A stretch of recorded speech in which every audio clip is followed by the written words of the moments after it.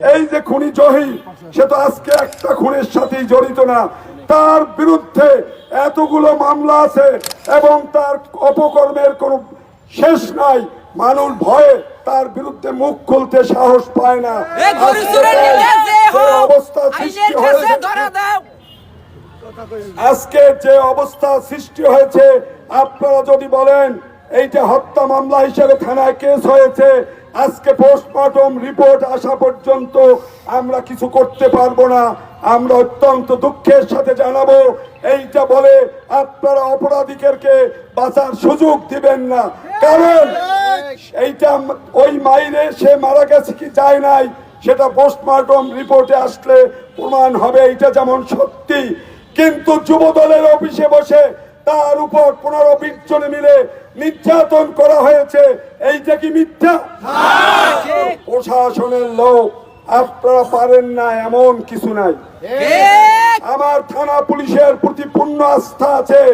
আপনারা চেষ্টা করলে সব অপরাধ উদ্ঘাটন করতে পারেন। অন্তরায় থাকে একটা সরকারি দল অথবা যারা ক্ষমতায় থাকে তারা যদি হস্তক্ষেপ করে। কিন্তু আজকে আমি এই বাংলাদেশের বর্তমান প্রধানমন্ত্রী তার বক্তৃতা বিবৃতি আমরা শুনতেছি, এবং মুনায়েম মুন্না যুবদলের কেন্দ্রীয় সভাপতি আমার সাথে যে কথা বলেছেন, সেখানেও একটি কথা উনি বলেছেন। আমি তখন তাকে বলেছিলাম, ভাই আমি তো এখন অন্য দল করি, আপনি আমার কাছে জিজ্ঞাসা করেছেন, আমি যা বললাম এইটা সত্য কি মিথ্যা আপনি নীলগঞ্জ ইউনিয়নের বিএনপির যারা নেতৃবৃন্দ আছেন তাদের কাছে জিজ্ঞাসা করবেন। হয়তো 2-1 জন ছাড়া বাকি সবাই বলবে জহির ভালো কি মন্দ, সেই মোতাবেক আপনি ব্যবস্থা নিয়েন।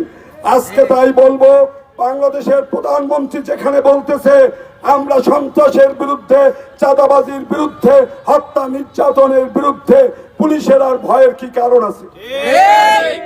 আজকে খুন হয়েছে কি হয় নাই এই মাইরে, তার আগে এই যে অফিসে ধরে নিয়ে গিয়ে তার উপর নির্যাতন করা হয়েছে, এটাও ফৌজদারি অপরাধ। এই অপরাধেও তার বিরুদ্ধে ব্যবস্থা নেওয়া যায়। আমরা রোজার দিন, আমি নিজেও আসলে অতটা শারীরিকভাবে সুস্থ না, আমি বিস্তারিত আর বক্তব্য দিব না। আমার বক্তব্য একটাই, আজকে আসুন এই কলাপাড়াকে দুর্নীতি সন্ত্রাস চাঁদাবাজ মুক্ত করুন, এই খুনিদের বিরুদ্ধে দৃষ্টান্তমূলক ব্যবস্থা নিন আপনারা। এইটা প্রশাসনের কাছে এবং বর্তমানে যারা ক্ষমতা আছেন তাদের কাছে আমাদের দাবি।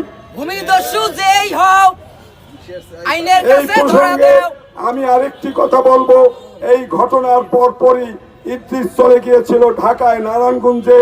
আমরা সবাই জেনেছি